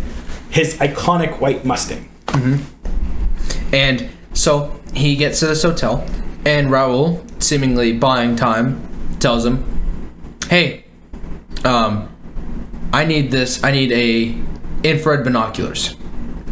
So he goes to the sporting store that Raul tells him to go to. They don't have infrared binoculars. The sporting store near me nowadays doesn't have infrared binoculars. And it's 50 years later, 60, 70 years later. Holy shit. Yeah. But He comes back with regular binoculars. Raul says, "Oh, this is fine." And then he goes, "Yeah, go watch a movie or something." So he goes down to the convenience store, which, by the way, was corroborated that he was at a convenience store moments before the shooting. And he comes back, and he sees police lights everywhere. And an escaped convict who just was involved in a weapons deal, saying police lights where that supposed weapon deal was supposed to go down, he's gonna fucking bail. Like, so he bails. And that is the story. He meets with Fat Man. And as on his way out... No, so he was actually able to pick up Raul. That is correct, right? Yes. So the shot was fired. James Earl said he was in the car, heard the gunshot, then saw Raul riding out of the building, which connects to what the state's witness had of some man riding out of the building with the gun, hops in the car and drives off. With this connection, though, a lot of the eyewitnesses on the street also said they saw two men in that car. James Earl Ray and Raul. So Raul, once they get most of the way out of the Memphis, tells James Earl Ray to slow down. James Earl Ray slows down. Raul jumps out of the car. While it's still moving, he's going slightly slower. And so he takes off. He goes to Atlanta, I believe, right? Yes. And he gets all the way to Atlanta. And he after he drops off Raul and everything, he hears over the radio about MLK being shot. And they're looking for a man in a white Mustang. And he goes, "Man, I'm just going to keep fucking driving. Fuck that." Yeah. So he gets all the way to Atlanta. He talks to Fat Man. Fat Man gets him the money to be able to help him get on the run for 2 more months with very sophisticated fake IDs, by the way. Yes. So, and this is where he gets captured in London and sent back. So the conspiracy here, which is corroborated by, we already know that the FBI wants to kill him. They want him to kill himself. Sorry. Yes. Because it wasn't written by an FBI agent, that suicide note. Yeah. It was written by the FBI. Period. Period? Yes. It was not written by an FBI agent. It was written by the FBI. The FBI. How official. The FBI wiretapping his house. Illegally wiretapping his house. Which we now know the FBI is really great at doing. See? The American government. Wiretapping. It's really, really great.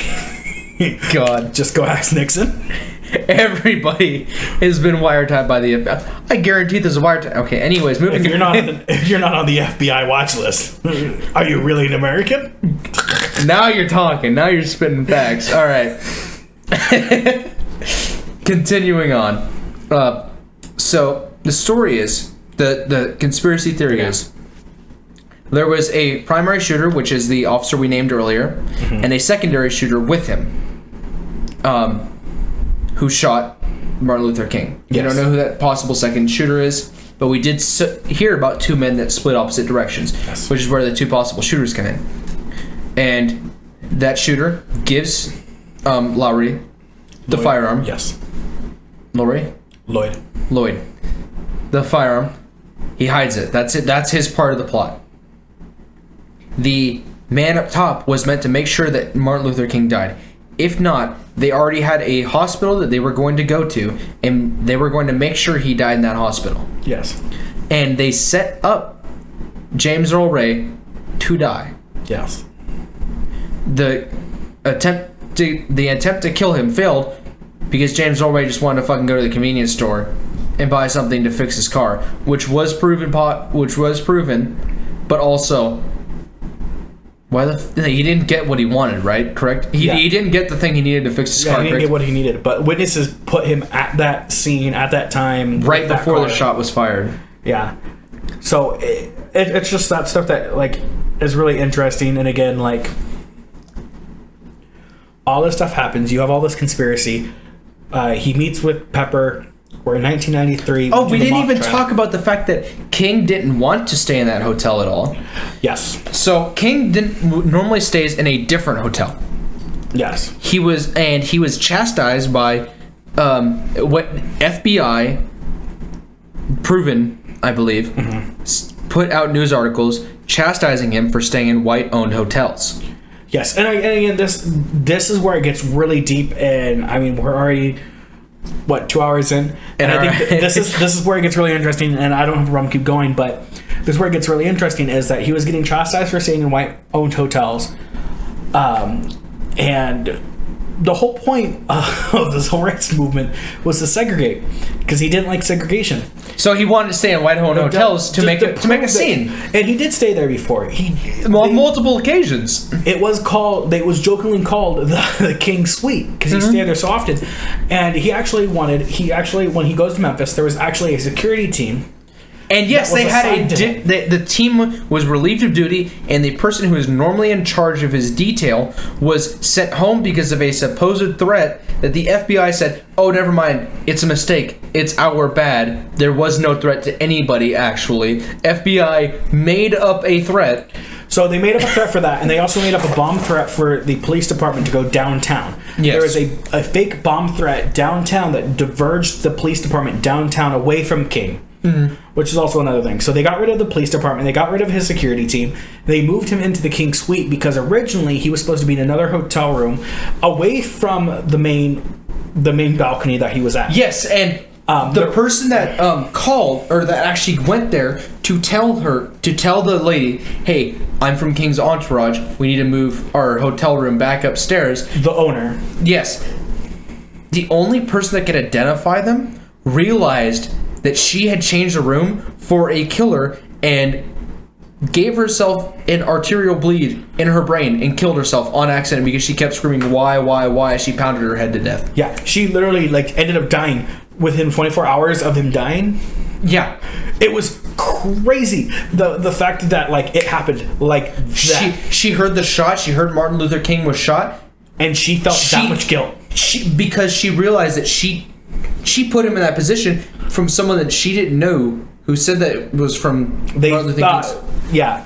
So that's other crazy thing. But did you also know that while all this is going on, and this is where the conspiracies get so deep and crazy, and you're like, the fact that this goes way past just not only the Ku Klux Klan and the Freemasons, and the Mafia, goes into the FBI agencies, and this is where we're talking about FBI, the government agencies, is the fact that not only were the black police department that were secured to King were removed, they removed black firemen from the local firehouse that was in eyesight of the balcony, removed from that station, and there were men from the FBI that were on the roof of the firehouse. They were from the Army.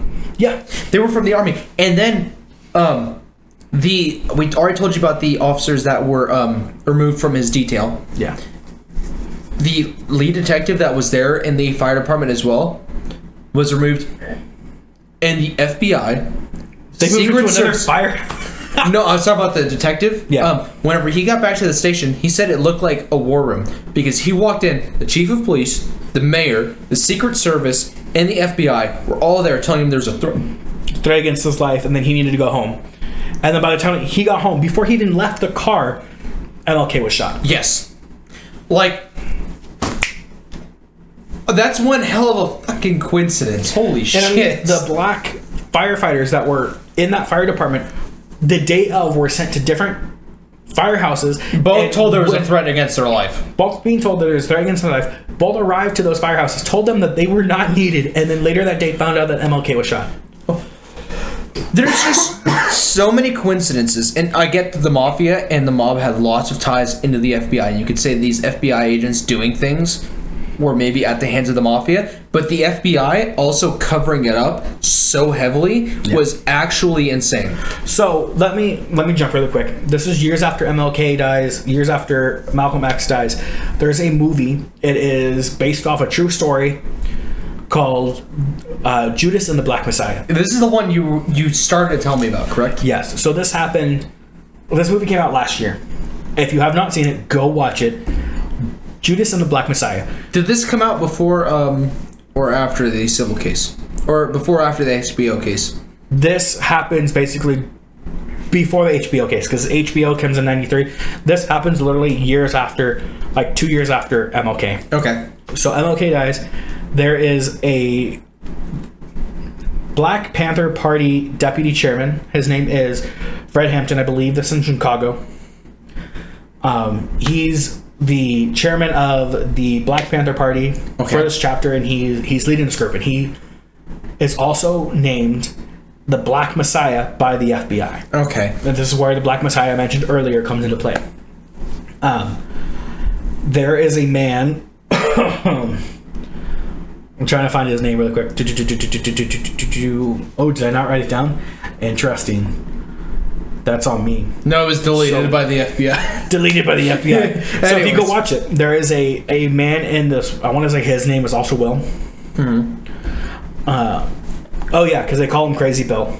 Okay. So he infiltrates the Black Panthers, but he is hired by the FBI to basically be this undercover agent inside the Black Panther chapter. Like the CIA agent that was standing over MLK's dying body, correct? Yes. So the FBI basically blackmails him to do it, because they're like, hey, we arrested you because we caught you like carjacking. And if you don't work with us, that's 6 years in prison, plus another like 10 years for impersonating a police officer. Or an FBI agent. All right. Because that's how he carjacked. That's how he carjacked. He never used a gun. He'd walk around to different like pubs with like a long trench coat and a fedora on, and had a fake FBI badge. And would go, "Oh, your car's reported stolen. Flash the badge, take the keys, and drive off." Oh shit! The FBI caught him doing this. Hired him to go and spy on this Fred Hampton, right? Mm-hmm. Becomes so close to Fred. Becomes the head security officer of the chapter. Goes through a ton of stuff. I mean, the police department of this area burns down the Black Panther like headquarters. They arrest Fred multiple times, but it comes to a point where the FBI gets him again, arrests Fred again, and they're about to put him in jail. And they go, you know what? Prison is a temporary solution. And this is based on a true story. There is a documentary that this is also pulled information from. Okay. That proves that this is what the FBI did. The FBI goes, we can't put him in prison. If we put him in prison, he's going to become stronger. He's going to write letters like MLK did, like Gandhi did, right? So we need to cut him because he's becoming a Black Messiah. So they have William go to him, and in this movie, Judas and Black Messiah, he actually goes and they have like almost this Last Supper scene, and it's so sad. But they give William a drug to go and slip into his drink, and he hands it to him, and he's drugged. And that night, the city police raid the building and kill him along with one other member of the Black Panther Party, while his pregnant wife slept next to him. Oh shit! And this is proven. Fred Hampton Jr., his son, who was born later, is actually the co-chair or the deputy chair of the Black Panther Pups, something like that, party currently. Okay. So he's still civil rights active to today. All right. And what he's doing is something that Fred Hampton was doing. He's building local hospitals, local like education for people in his area. Good things to have. Yes, and this is also something that like Fred Hampton was a Muslim, and that was part of his whole thing, is that he was also viewed as a commie, which is another big thing that MLK was marked as. But because we have proof that the FBI killed Fred Hampton, why is it too far off to say that they did not kill MLK, that they did not kill Malcolm X? They didn't kill Jake. Anyways, we'll get into that one in another episode. But I just thought that was interesting. So, we're going to get into the HBO. We talked about everything leading up to the HBO thing. Yeah. So, they brought forth all this evidence. They dismantled the FBI supposed thing. There was way more than a shadow of doubt about James Earl Ray's guilt. And the jury unanimously agreed James Earl Ray was innocent and was a victim of manipulation. And this is on live TV on HBO. And the judges said that this is way more of a legit case than a lot of the ones that they've actually had to sit through in court. So after this case goes through, William Pepper gets a note from. Are you unplugging? I'm taking off the conspiracy theory hat. This ain't a fucking conspiracy theory anymore. It was proven in court. So, this is a William joke, Pepper. William Pepper then gets a note, or received intel from the MLK family to meet.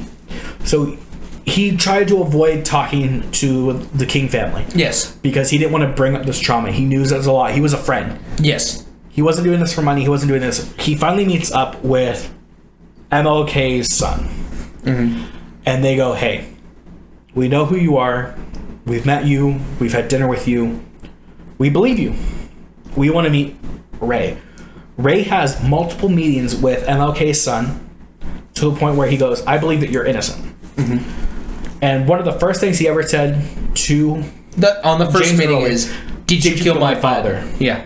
And he goes, no. No, I did not.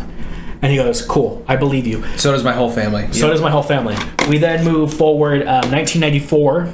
Ray's lawyers tried to overturn his murder conviction on a bias of newly discovered evidence on the plot to kill King, but Shelby County prosecutors say the new evidence was too late. So basically, there's a time period. He missed that time period. 97. This is the year I was born. So this tells you how old I am and where we are in history. Boomer.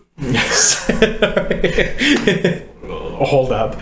But this tells you where in history we are. Well, I think it's really interesting. 97. King's family supports Ray's effort to get a new trial. King's son Dexter said he thinks there was a conspiracy to kill his father and that Ray did not act alone. Ray also wins a first step towards getting a trial. What's really interesting about this is not only does Dexter and the King family believe him, but they've always had this gut feeling from day one. Something's off. And from day one, what I think is beautiful is that King's wife always... She remained very neutral. Neutral up until the 1999 case.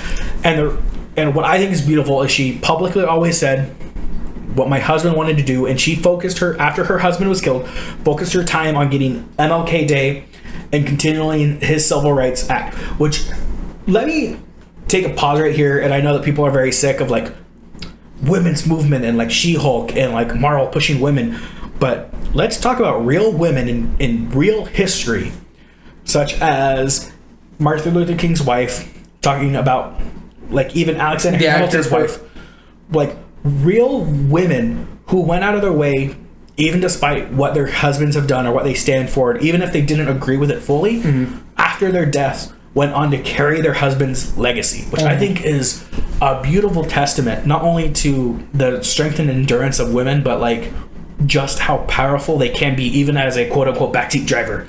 Like they didn't, because these women didn't sign up for this kind of life. Yeah. But she, after all the struggle that he went through, then continued to go, you know what?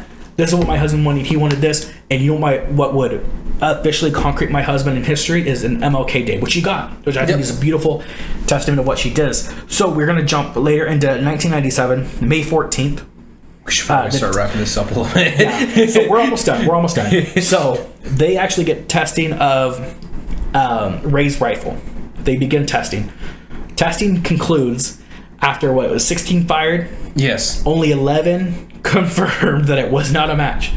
The other 5 were completely random. Yeah. So let me. I'm not a ballistics expert. I'm not a firearms expert. It is a very strong interest of mine.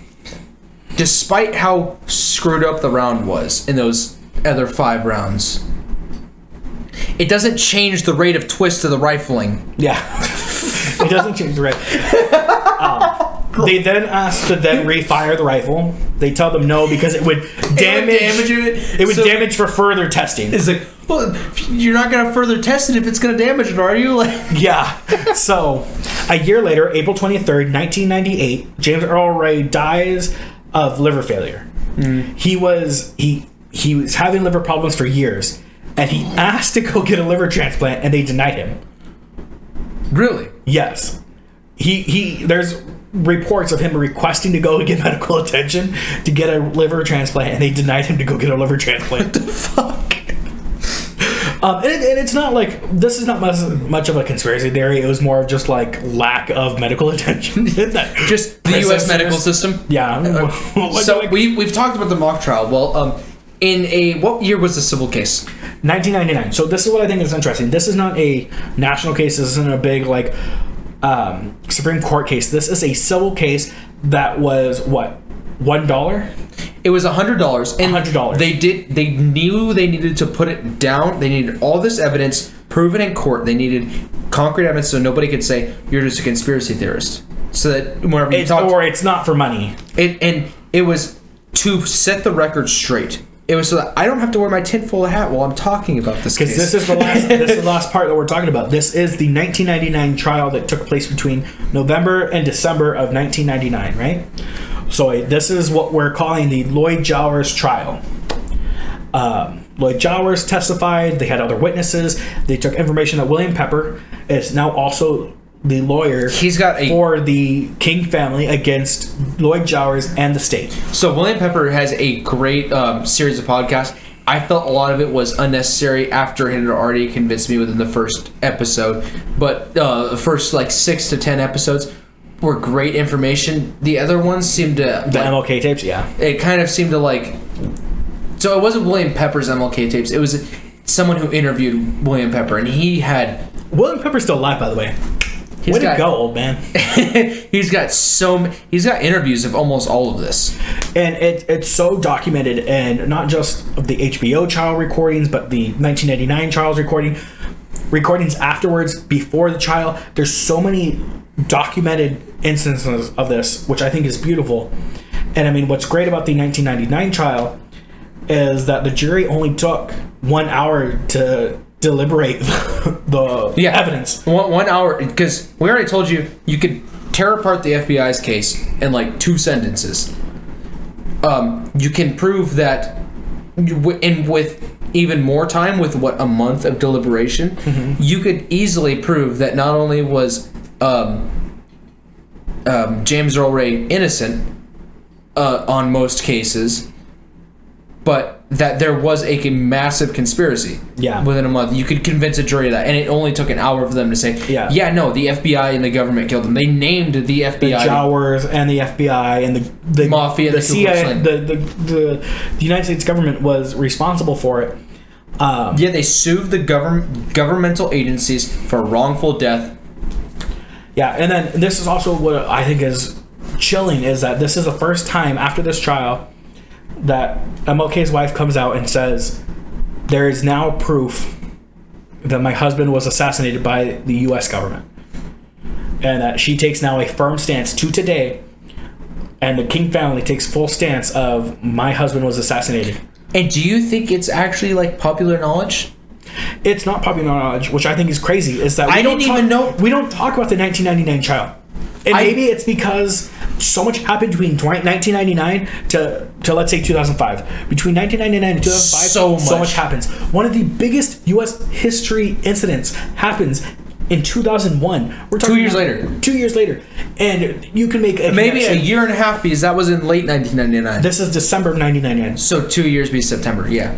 Yeah, so still, this is mind-blowing that this got swept under the rug so quickly. And the fact that, like, people are still debating this. People are still talking about this. It's proven in court. I don't need to wear my tinfoil hat anymore. It's proven.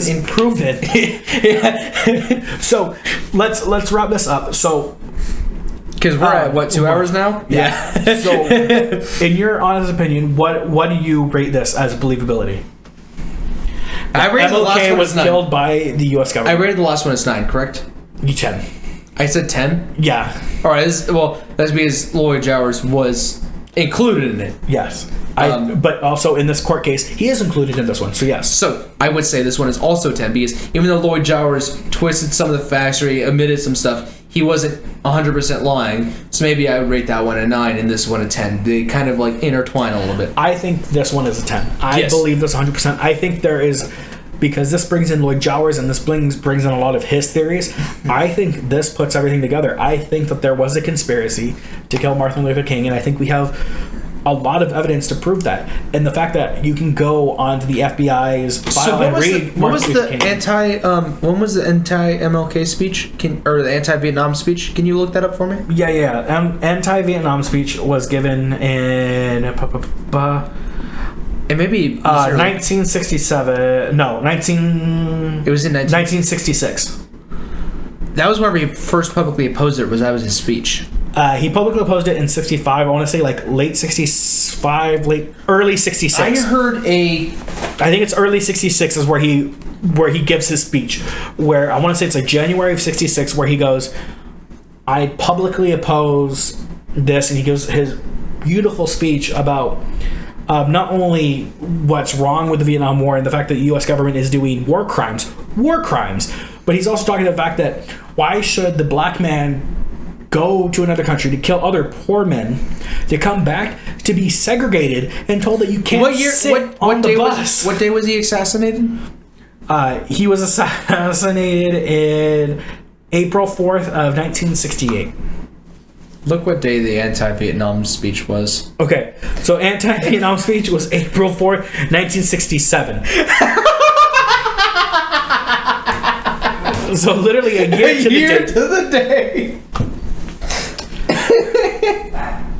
So it's that huge conspiracy of stuff needs to get done. And again, like we talked about it a little bit earlier, but we had LBJ back in 64 reach out to MLK. They had one meeting.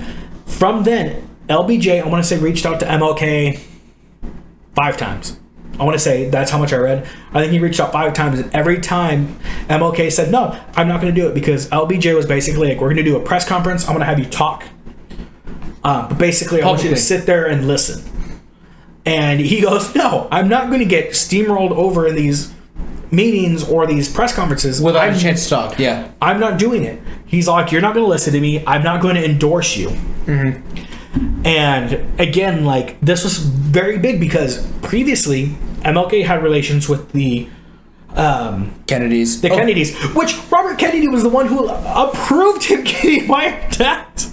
Yeah. By the way, whenever JFK got assassinated, he turned to his wife and he said, that's what's going to happen to me. Yeah, that's what he said about JFK getting assassinated. He basically told his wife, that's what's going to happen to me, which is crazy. And I mean, again, this is where I go, oh, every great like civil rights leader says this, because when I was talking about Fred Hampton, right? Mm-hmm. He tells his wife that he is going to die. One of his last speeches is he's not going to make it out of this. What song did MLK tell his pianist to say? One of the last words that he says is he's yelling down to, I think it was a musician. I want to say he's a trumpet player, but he was telling him to play this song very he said play this song and play it nice and sweet. Yeah, which I think that was one of his last words. If it we don't know what he gurgled out of his mouth as he was dying, but that was his last official words that we know. And I think that's beautiful. And I mean, as we're reaching our 2-hour mark, and I want to thank all of you for watching. And if not, thank you for listening on Spotify. Thank you for catching up on YouTube. We're going to post a poll on our Instagram. Let us know what you guys want to watch next, or what you want us to have talk about next. But I think this is pretty cut and dry. The FBI. I wanted to do something. The FBI killed MLK. I wanted to do something that wasn't so like easy of a simple situation. Like, we had a pretty simple, obvious answer at the end of the last one. Not quite as simple. This one was just cut and dry. Like, the FBI fucking killed.